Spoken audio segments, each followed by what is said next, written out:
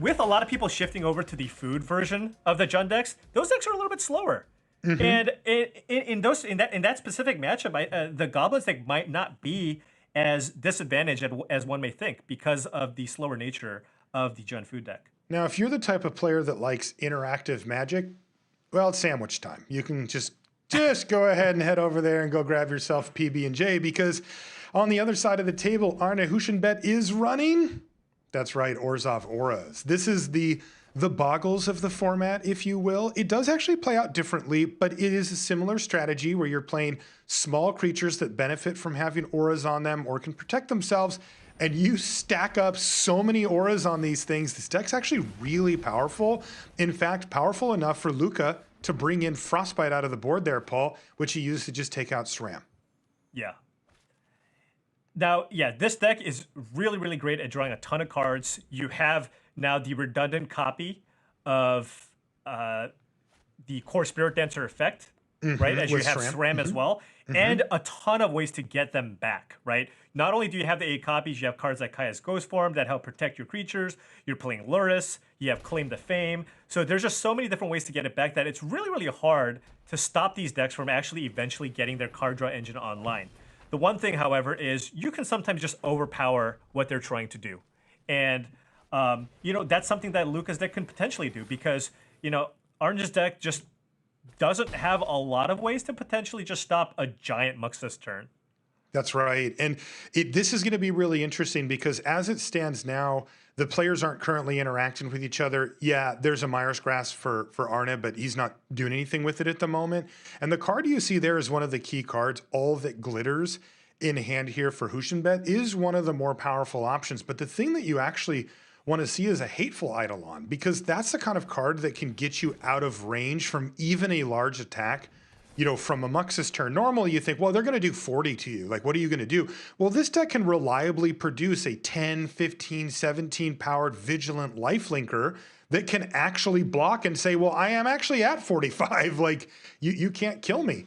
Now, we don't see that here, though, for Arne. So he's going to have to work with Core Spirit Dancer. Now, if you're going to get the win with Core Spirit Dancer, which you totally can do, then the way to do it is still using the key card here, All That Glitters, but then getting it into the air as well. That's kind of the key, is that you can, assuming that you had it when you started, you can kind of get a one-shot with Angelic Gift and a whole bunch of other auras on it in conjunction with some number of All That Glitters. Yeah. What's actually interesting after sideboard is that this Orzhov Auras deck actually kind of turns into this pseudo control deck where you bring in potentially up to 4 copies of Deadweight, along with a bunch of Myers Grasps. And the really great thing about that is if you have one of these creatures in play, the Spirit Dancer or the SRAM, you're just killing a creature and drawing a card. And that's just so hard for creature decks to fight. And this is post-board, and you're going to see real fireworks here because this is 2 cards per turn for everyone, including cards like Deadweight and Myers Grasp, as you mentioned, Paul, that will kill things on the other side and generate card advantage. And that's exactly what we're seeing. And now you can kind of get an idea of how important Angelic Gift is, because, I mean, this turn is an absolute abject disaster here for Luca. He just had both of his creature killed while getting 3-for-1'd, by the way, each time, not once, twice this turn from Arne, and this one is just going to completely fall apart here for Luca, it looks like. Yeah, I mean, Luca was going for the strategy of just kind of running out Krenko and trying to put some pressure and make a bunch of tokens, but perhaps the game plan that you want in this specific matchup, because of what this Orzhov Auras that can do with the removal spells and these card draw creatures, is just trying to get Muxus online as quickly as possible. I mean, not a bad turn, right? Kill both of your things, draw 4 extra cards off of that, attack you for 14. Your move. Go ahead, enjoy. Castle Embereth into Wily Goblin, into Goblin Matron here. That could set up a Muxus for next turn, but will it? Will there be one? Yeah, so we have a Deadweight here. I don't think there's... Ooh, that's a really nice sideboard That's a card nice one too, yeah. Hushbringer, wow. Arne has all of it here. Now, currently does not have lethal, or a way to get through for lethal, but we're going to here for Arne as his turn progresses, and may be able to just go like dead weight, kill your other thing, kill you, or find a angelic gift to just get the job done right away. Yeah, but I mean, this effectively kind of prevents Luca from even winning next turn, Exactly. right? At this point, even if Luca finds a Frostbite, he's going to be a mana short of being able to kill Hushbringer and also play Muxus this turn. So a thorough stomping here at the hands of Arne Huschenbeth, who is, wow, really putting on a clinic here. And as you can see, all that glitters on SRAM is getting bigger and bigger. It counts all of the ones, not just the ones on him, but your enchantments on other stuff too. And it's just going to keep getting bigger and bigger. Here's a non-lethal attack, but as you mentioned, Paul, there's just no way out here for Luca at this point. Yeah, the Hushbringer effectively prevents Muxus from triggering. And yeah, we're gonna probably go to a game 3 here on this very next turn. Right after we watch Arne discard like 6 cards to hand size. Look at that. This is black-white. Like, since when does Orzhov get to draw 9 extra cards a turn or whatever? Well, I'll tell you what, since right now, this deck is very powerful, very single-minded, and it has absolutely explosive turns, as we got to see there from Arne, as he evened things up 1 game apiece against Luca Magni, and he's going to force a game 3. I'm really curious to see how this goes. I figure play draw is quite important in a matchup like this. We did actually see a decent amount of interaction between them because it is post-board. We just watched game 2 there. You know, we saw Luca use Frostbite to kill a creature on the other side, and we saw multiple from Arne. But generally speaking, they're a little more on the, you know, we call them goldfish decks, where you can play them without an opponent and get an idea for what they would do. And these decks can play that way for sure. Yeah, but Arne actually now just has many ways to interact here with Luca. You see the 4 dead weights, 2 Myers Grasps, and the full 4 Hushbringers. Also Thoughtseize, which typically not good against aggressive strategies, but Goblins isn't really an aggressive deck. It's kind of a combo you out with Muxus deck. And so Thoughtseize is really, really good there because even if you don't get the Muxus, you know, oftentimes they're going to need to set up by matroning for a Muxus, and you can get it then as well. Mm-hmm. Yeah, it's funny. You know, if I just told you, okay, you're playing against mono red, you want your Thoughtseize, you'd be like, no, thank you. But in this case, it's probably one of your best cards. Yeah. And Luca just bringing in all the interactive spells here out of the sideboard here. You see the 4 copies of the Frostbite, along with the 3 copies of Abrade. It is extremely, extremely important for Luca to have answers to those 2-mana creatures, all of them. And that includes, of course, the Hushbringer. Yeah, I think the way that Luca wins is he answers 1 or 2 threats on the other side, particularly, well, as you mentioned, the Hushbringer, in addition to the Enchantress-style cards, the ones that draw extra cards when you cast enchantments. But then he also has to hit that window of getting a Muxus down and closing out the game. Because the problem is that the Orzhov Auras deck is not a one-trick pony. It's not just run this out and hope it survives. As you outlined coming into the round here, Paul, there's actually a lot of ways to get your creatures back or to protect them. And it will come back and do it all over again.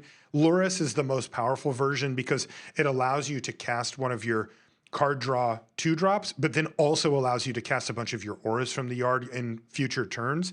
So that, you know, must be answered, for example. So it is not enough to simply kill the first couple of things that they have and then just hope that it all works out. They're going to come back again, and you need to close the door on it on the match before they do. Yeah, would you keep this, Paul?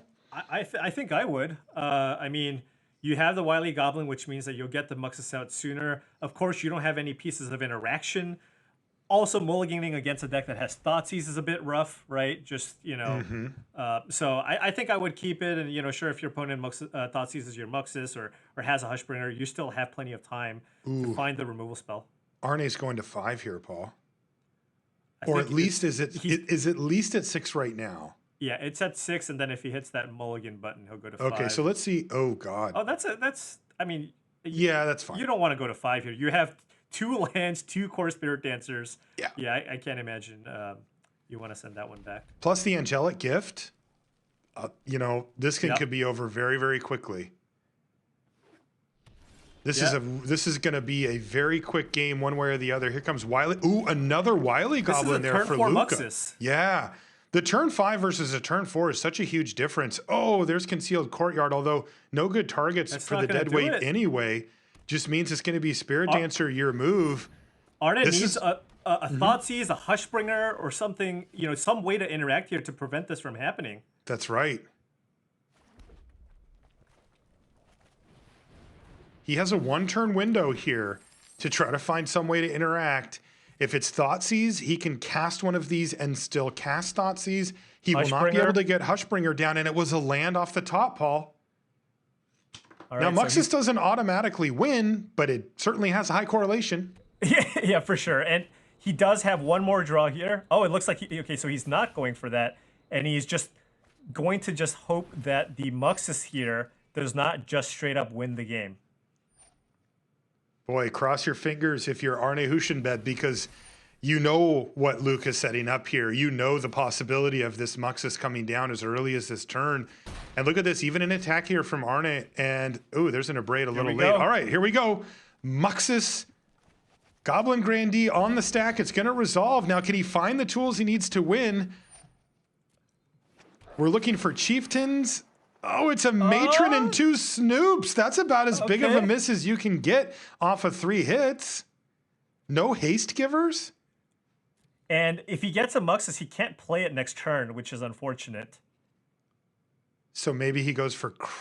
This is awkward because he actually really wanted that Chieftain down before Muxusing because it would have made this so much better. But Arne gets to untap here, it looks like, big. And see what happens. Now, what does Luca do? Does he set up for a future Muxus knowing that he won't be able to get it down next turn? Is it still just important enough, that he gets it anyway and says, well, I'm just going to have to grind here? I mean, what Luca really needed here, because what Luca really needed was a haste creature plus something like a Krenko to really just put the pressure here. But now that he basically whiffed, he also did board out 2 Goblin War Chiefs. So lower chance of course, hitting one. But given that, now he's going to play a slightly longer game here.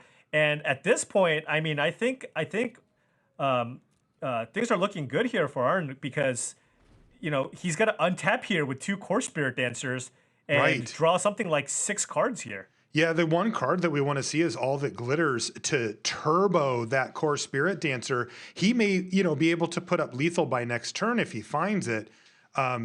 As it stands, it looks like he'll be a bit short, but still, this is going to be an absolutely absurd turn for him. So he's going to go with Sentinel's Eyes. Let's see what he finds. Another Spirit Dancer and a Deadweight. See, he might kill the Snoops. Is it worth it to kill the Snoops? You would think so. Yeah, the thing is, if Luca gets a little fortunate and has a Krenko on top, for example, or he sees a Skirk Prospector on top, that could allow him to potentially cast the Muxus that he has in hand. So I would think that you want to get rid of these Snoops because that's kind of one of the ways that Luca could potentially play the Muxus next turn. That makes sense to me. And, all the while, Arne will be building up his board. His idea here is if I can simply survive, I can kill you next turn. He will be able to put together lethal with Angelic Gift and on that 1 Core Spirit Dancer. So he just needs to try to increase his chances to stay alive as much as possible. Yeah, and I mean, it does look like he's going for this. You deadweight the other Snoop.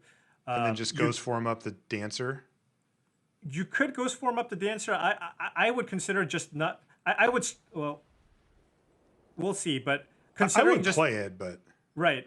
You could also have just gone with... Oh, he's just going for the kill next turn. You could have gone for Deadweight and then give yourself the out of drawing Thoughtseize to get that Muxus out of hand as well. That's a good point, too. And yet he would have had 2 draws at it. Okay, I kind of assumed that he was going to be able to get that thing to lethal next turn if he got to untap. And so that's what I was prioritizing. Same. And I don't know if the Snoop really changes it that much anyway. I mean, let's be honest. It's really Muxus or bust here for Luca. But it does give him that additional chance of finding a Skirk Prospector. Or even if there's a Matron on top, he whiffed. But if there was a matron on top, he could matron for Prospector, then play Muxus as well. Right. Well, there you go. Core And Spirit this is- Dancer looking to get the job done in the air, and it's just out of range. Yep. Oof. This is a close game. I mean, Arne had to survive Muxus hitting the battlefield. That's already a tall order because a lot of times the game just ends on the spot, and then had to navigate a fairly tricky turn. Little Chomskys. Yeah. And I mean, he did hit that Thoughtseize, with what we were talking about before, but knowing that the Muxus couldn't come down, it's like, he's just like, no, I'm just going to kill you next turn no matter what. And that's what's going to happen here as well, because he has plenty enough to get the job done, and Luca Magni is tapped out. So Arne Huschenbeth doing a great job here of navigating a very tricky matchup where it's pretty unforgiving both ways, and getting the job done with Core Spirit Dancer, slamming for 11 in the air and picking up the victory. Arne Huschenbeth is now 4-0, handing Luca Magni his first loss as we wrap up things here